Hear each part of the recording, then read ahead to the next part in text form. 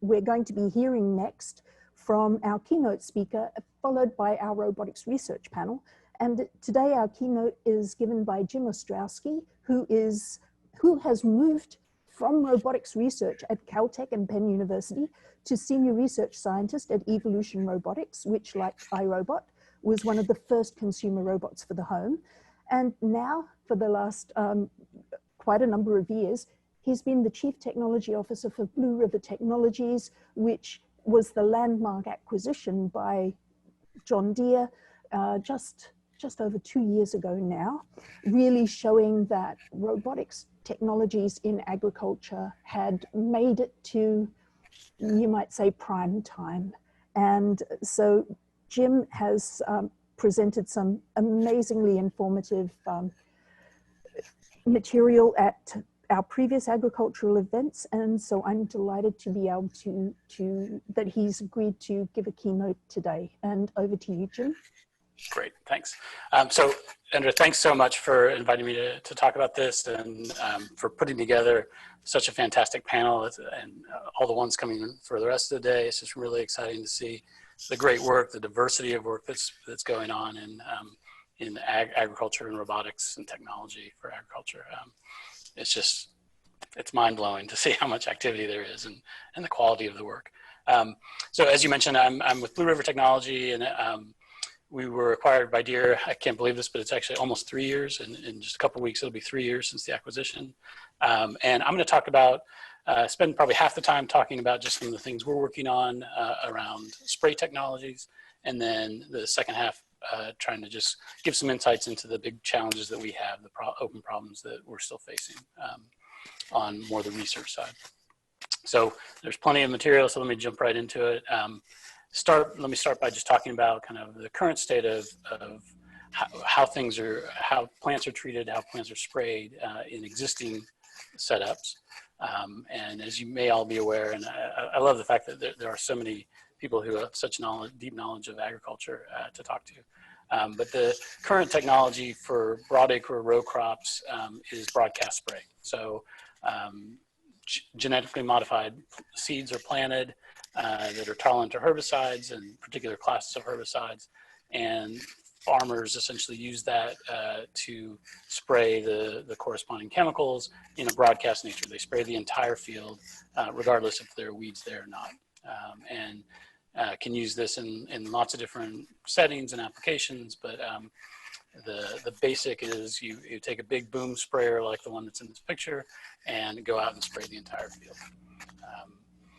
But that's certainly not the best way to approach the problem. And I think what we've been focused on is trying to provide farmers technology that can help them spray more intelligently and reduce a number of the impacts. And so maybe first to think about is environmental. Again, we're spraying whatever chemical it is. Glyphosate is a good example. So something like Roundup over the entire field, whether there's weeds there or not. Same things with things like fungicides, herbicides, even fertilizer that we spray more as an insurance policy than because we want to spray every inch of the field. And tied to that also is the fact that these herbicides are starting to become less effective. We're seeing many cases of herbicide resistance where weeds are now able to survive those sprays that would have killed them in the past, and then are breeding and continuing to propagate their genes to make more and more weeds that are resistant. So the efficacy of the chemicals is starting to disappear. In addition, there's economic drivers. The crop prices for the last 7 or 8 years have been relatively flat or down in the big row crops, especially things like corn and soy. So the crop prices aren't rising, but input prices, the chemicals, the seeds continue to grow. And so you've got this economic trend that we again are trying to help support farmers so that they can be sustainable in an economic sense. And then the last piece is sustainability in more of an environmental and practice, the farming practices that they use. there are a lot of societal pressures around moving away from genetically modified crops, away from spraying so many chemicals on the fields and on the crops. So we hear a lot from farmers of it's not their number one driver, but it's always on their mind of how can I do this in a more sustainable way that plays well with some of the societal pressures towards different types of application inputs. Okay, so let me talk just a couple minutes about how we're approaching that problem. We are using, and actually this falls right along the line with a number of the slides and discussion that were shown in the panel, using computer vision, machine learning, robotics, to identify and spray individual plants. And so these slides, actually this slide looks probably pretty similar to some of the early ones around lettuce that was shown. And we're kind of taking a similar approach, using machine learning to identify crops versus weeds. And then we call it robotics and controls to, in real time, spray just the weeds. And so this requires sophisticated machine learning algorithms that can run in tens of milliseconds. We have to run at very high speeds that have high accuracy. We need to both not do damage to the crops, but also not miss weeds. So important to have both high precision and high recall in the machine learning systems. And being able to spray in real time with relatively accurate spray. So being able to lay down a spray that's much different from traditional spraying where you would spray and all you want to do is get coverage. Now we want to have a very focused targeted spray. And I'm excited to show some of this. This is kind of hot off the presses from the most recent season. But I thought it'd be nice to contrast where we were a year ago with where we are today. And we've moved the needle quite a bit, I think. So last year we were still operating on a tractor pulled implement that had this big, you can see this kind of white frame around it, a shroud that was essentially greenhouse panels that diffuse the light. So a way of getting us good lighting that was nice and diffused, didn't have hot spots or shadows.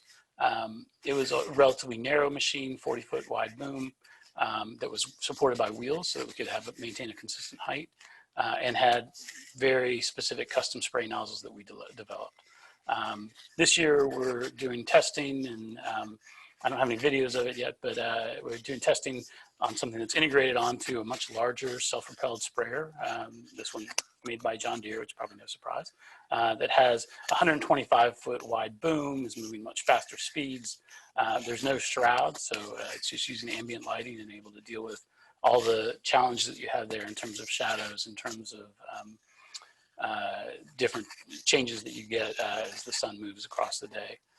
And also just using commercial nozzles so that we can put something out there that the farmer can use almost immediately. And what we're seeing is that in many cases, most cases, you get typical savings that are north of 60%. So 60 to 80% is very typical. We've seen 90-95% savings of chemicals. When you're only spraying where the weeds are, especially if the field isn't that weedy, then you're going to have very little chemical uses compared to a broadcast spray. And the typical machines we have can cover over 1,000 acres a day. So you can imagine just racing through these fields, being able to spray just the weeds, and maybe I'll highlight, you can see even some of the bigger weeds that are covered with, we're using blue dye, so you see these blue markers, hopefully you can see it on the screen, but so that we can just see where the sprays happen. It's not really necessary in production, but it helps us to be able to visualize what the machine sprayed. And what we're seeing is we have very good recall rates and coverage of the weeds that are in the field. And again, a massive chemical savings that I think has, as I was talking about earlier, has this great impact on both environmental practices, but also economics. So you're not spraying, you can save quite a bit of money on the chemicals that are sprayed. And then just to give a preview of what follows that, obviously we're focused on weed control today, but the future is to continue, and one of the reasons we've chosen to work on and continue in spraying as a platform is that there are a lot of farm operations today that already leverage sprays. So things like fungicide and insecticide applications to do broader pest control, as well as nutrient applications and other targeted applications that allow us to do, we call it see and spray, but we target plant by plant treatments. So we're able to go in and, as Dan mentioned, he knows about every apple in the orchard. We know about every corn plant or soy plant or cotton plant in the field, and every weed that's in the field. So I think that's kind of our next piece. And then you all already talked a bit about, and I certainly agree that the data is an important component of this, and trying to help the farmer understand what to do, how to drive decisions based around the data. One of the things, and I saw this in the Q&A, one of the things I do want to highlight is, our perspective on this, and John Deere's perspective on this, is that the farmers own the data. It is not our data. We collect it with the machines, but farmers own the data from the minutes collected, and that means respecting all of the privacy issues, but it also means that in order to use that data, we need to get buy-in from the farmers to be able to leverage that data in other applications. And we've got great buy-in from all the farmers we've worked with so far. And I think that will continue because that helps us leverage the data to improve our systems. And I'll talk a couple minutes more about data, because that is just one of the critical things. Anyone who's worked with deep learning, machine learning, and computer vision, data is a critical element of that. Okay, so now I want to switch gears just a little bit and talk more about open problems. And what are the things that we're kind of hammering on to try and improve these systems and move the technology forward. And I kind of already referenced this a little bit, but machine learning is core to our platform and how we're developing these systems. And it's a way for us to be able to drive the performance levels that we want in order to make these systems practical and take them to production. We've tried a number of different techniques for being able to classify weeds versus crop, but as we moved into the row crops and being able to detect very small weeds in a variety of situations, we found that deep learning was really the approach that gave us the results that we felt we could take into production. We just weren't getting there with other traditional techniques in computer vision. So, I put up here just a picture of a deep learning model. We're using relatively standard but state-of-the-art models, and have customized them obviously quite a bit, but the basics are still there. And so a lot of the challenges that we're facing is how do you get these models to work in production? So that's kind of one of the big challenges that I think is still to be worked on and worked out. They work great, and there was a good question around. I can show you a demo of them working fantastic in a given field. I can tune that up so that it works reliably 99.999% of the time in a given field. But as soon as I move to the next field, is the open question, does it work? And so one of our big challenges and topics is well, sorry, I jumped the gun there. One of the big challenges is robustness of the models in kind of that, call it in distribution data. So if the data looks kind of similar to data that I've shown it and trained it on, does the model still work? And if maybe the lighting changes slightly, or there's some dust that gets kicked up, or it's a slightly different soil type, is the model still robust to that? And so we're spending a lot of time working on that and trying to figure out good ways to do that. And like I said, if the data looks very similar to what we've trained it on before, these models work really well. One of the big challenges with deep learning has been detection of small objects, so we spend a lot of time focused on that also. We're looking at weeds that are down the size of a fingernail that we want to be able to detect blazing through the field at relatively high speed. So we need to be able to do it quickly and balance that speed with being able to detect very small objects. The second piece that I want to call out that I think is less well studied in the research literature, but is a big challenge for us, is generalization. Is how to, if I'm going into a new field that I've never seen before, that might look just slightly different or maybe significantly different from fields that I've trained it on before, how will the system work? And there's not a lot of good guarantees there. There's not a lot of good research on how do I generalize these systems. And so we're spending a lot of time working on that. Obviously, adding more data, adding more diversity of data is a key piece, and I'll talk more about that. You can see kind of in these images I've included just some of the diverse examples of diversity where I might have a lot more leftover stubble from previous pass because I'm doing a no-till operation. Or I might have, kind of water streaks or cross hatching on the rows, or just a field that's covered in weeds. And I need to be able to identify all of these, even if I haven't trained on them exactly. Another piece I won't spend a lot of time that is important for us in moving to production is continuous integration, continuous delivery, CI/CD for machine learning. So how do I take these and make sure that I'm continuously incorporating new information, new data, and as well as being able to deliver those rapidly out to the field. And finally, the last point that I'll just highlight is how do I detect and be robust to different failure conditions, whether that's kicking up a lot of dust or operating in low light, dawn and dust type situations, getting water on a lens. You know, how do I build a robust machine there? So those are some of the key challenges just in thinking about taking machine learning into production. I want to drive in just a little bit more on talking about the data side of it. And data is really interesting for us because it goes back to this notion that if I can collect data and train models with enough variety and diversity of data that represents the situations I'm likely to see, then we can do pretty well with these deep learning models. But how do I sift through that data? How do I get the right data? And a typical machine that we're running can collect terabytes of data a day. Right? So between images, machine logs, the whole thing, it's easy to collect mountains of data. But how do I collect the right data? And how do I use that? Because as much as I can collect raw data, labeling the data, which is generally important for these deep learning algorithms, can be expensive. And so I've often phrased it as, if I wanted to go out and collect 1 million images, how do I do it? And it's really simple to go into one field and collect 1 million images, but that's not very useful. That doesn't give me any sense of the variety. The other end of the spectrum would be try to go to 1 million fields and collect 1 image from each field. And that's just not practical, certainly with where we are today and what we can collect. And maybe 1 image per field isn't enough. So how do I balance that? Getting the amount of data that I want with the diversity. And so there are 2 main topics that I think we're working on right now that I think are interesting. I think the first one that I'll mention is just how do I figure out what data to collect and label. So if I'm going through and I'm collecting a bunch of imagery, and like I said, I have the ability to collect a lot of data from every field very quickly and easily. That's our situation at least. Once I'm in the field, I can collect hundreds and thousands of millions of images, but which images do I want?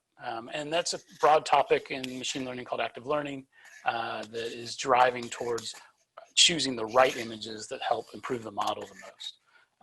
And I think a lot of our thinking, there's a really good book by Rob Monroe on human in the loop machine learning that I recommend. But we're really trying to figure out how do you balance a random sampling versus diversity sampling, where you're sampling in lots of different fields or different conditions, versus what's called uncertainty sampling, where I'm trying to sample along the boundary of what my model knows and doesn't know, and where it's more uncertain. And then the second piece is, I may go ahead and collect lots of data, but only want to label a subset. Can I use the remaining unlabeled data to help? And there's some really promising techniques in semi-supervised learning that we're exploring that I think have been showing good positive results early on. I'll just talk about this very quickly, just not enough time to really go through it in depth. But one of the things we've been looking around is uncertainty to drive decisions. So we've looked at lots of different measures of how uncertain is the model. So are we kind of at an uncertainty boundary where the model might be confused between making one decision or another? And this is something we've seen common across a number of the models that we've been looking at for measuring uncertainty, is that you have this kind of very, very interesting distribution of images that you collect. It's very heavily weighted, it's just kind of the long tail distribution, looks almost like a log normal type distribution that is heavily weighted, where most of them have a low uncertainty, but you've got this long tail of uncertain images. And so just thinking about different strategies for sampling that, you can think about sampling around the easy region where there's low uncertainty, but then you miss the broad variety, even though it might help you with kind of your more normal typical cases. You could do random sampling. That's obviously the simplest way of thinking about sampling from this distribution. You could bias yourself to the hard regions and try and figure out what are the things that the model is struggling with the most, but that also throws you into more corner cases and more difficult situations maybe than you want. And you typically will gain on your recall, your ability to detect things, but lose on your precision because you've sampled these very difficult cases. Anyway, really interesting area that we've been spending a lot of time thinking about. So let me shift gears and spend just a little bit of time talking about this journey that we've been on from automation to autonomy. Maybe I'll start with saying, I get the question all the time. So, hey, when am I going to get my autonomous tractor? When am I going to get my autonomous sprayer? And the thing I always want to call out first is that getting to autonomy really requires automating the operation, right? So if I've got an autonomous tractor, that's great, but the analogy we've used in the past is farmers don't drive tractors. They don't tractor tractors. They're not driving like a car. Like they don't drive the tractor as a means to an end. They drive a tractor to perform some operation. And so in order to automate the tractor or make the tractor autonomous, we really have to automate the operations that they're driving. And we're focusing as a starting point on this kind of protection or spraying for protecting the plant, like weeding and fungicides and things like that.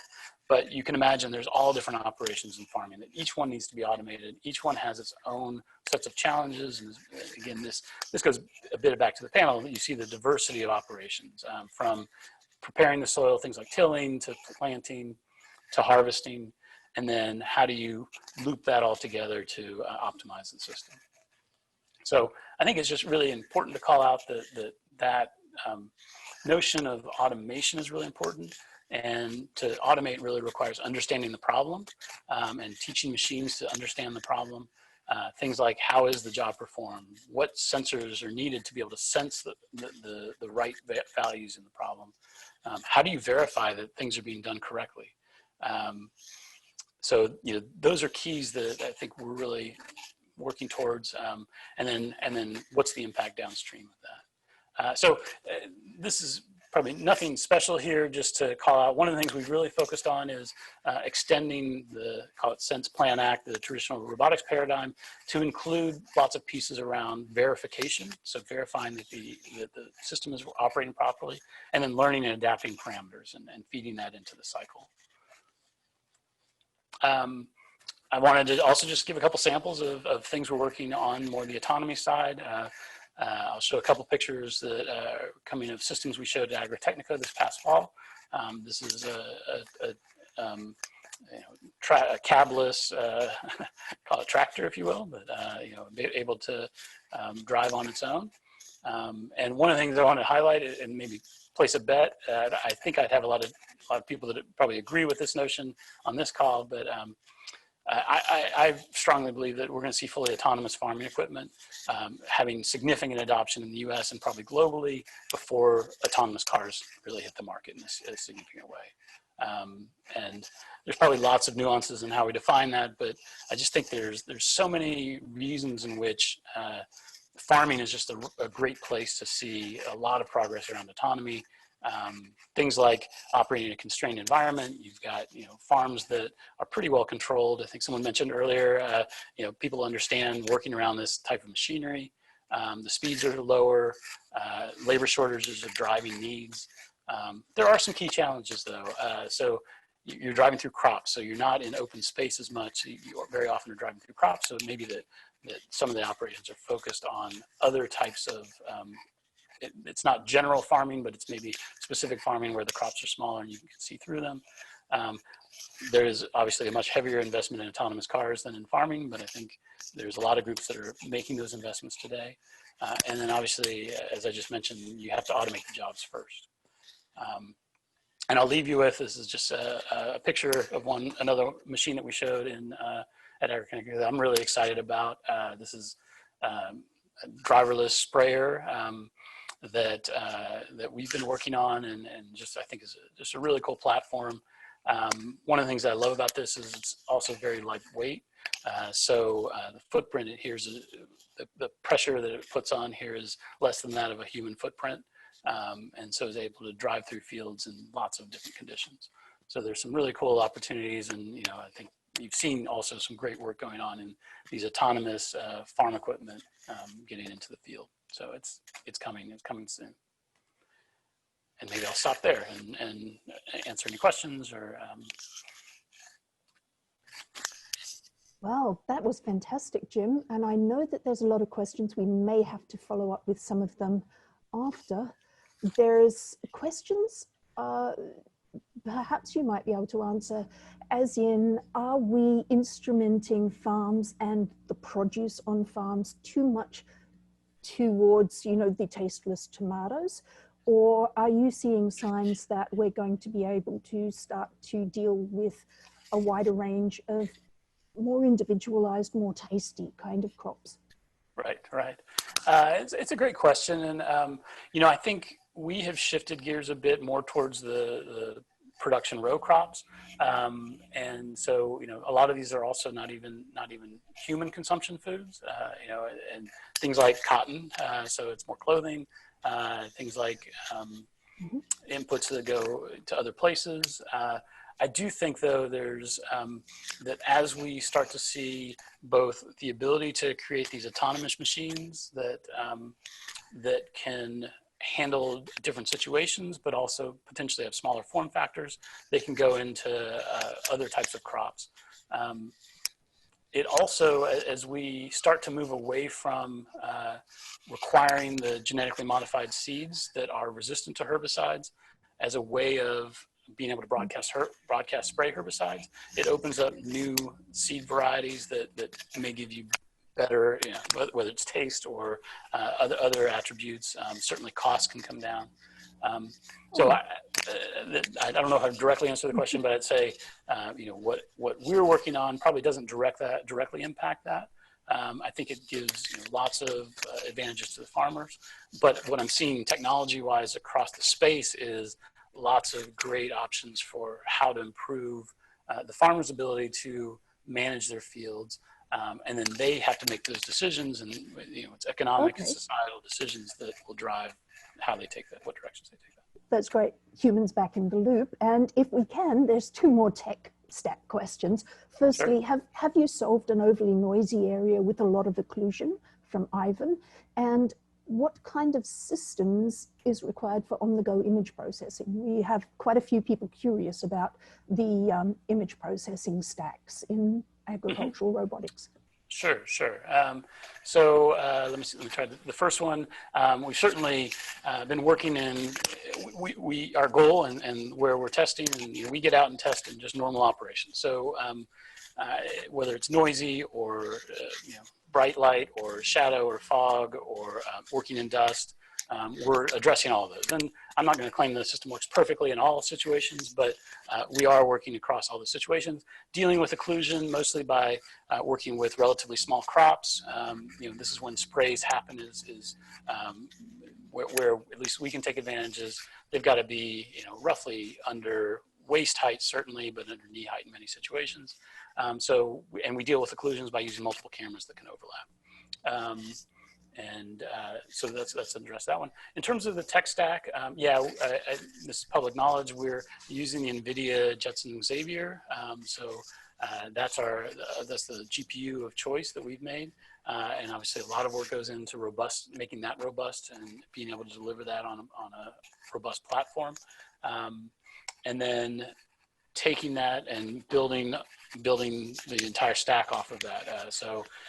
We have customized our stack. We've also used ROS in the past, and we use it in a few different projects currently, but we mostly have customized our own tech stack and are building on a GPU that is able to run these deep learning systems. Well, thank you very much. That brings us sadly to the end of a very, very interesting keynote, and you really do have the breadth of experience in the ag field. But we're going to segue from this panel into a fantastic panel discussing the latest in the research in this robotics arena. So a virtual round of applause. Thank you so much, Jim.